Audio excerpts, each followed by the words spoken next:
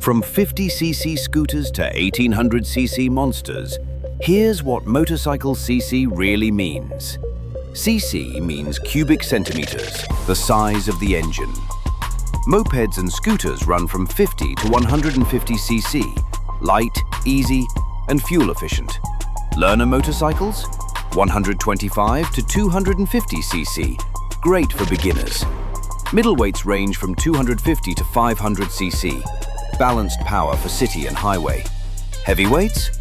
500 to 1800cc, serious speed and touring power. So, which cc bike would you ride?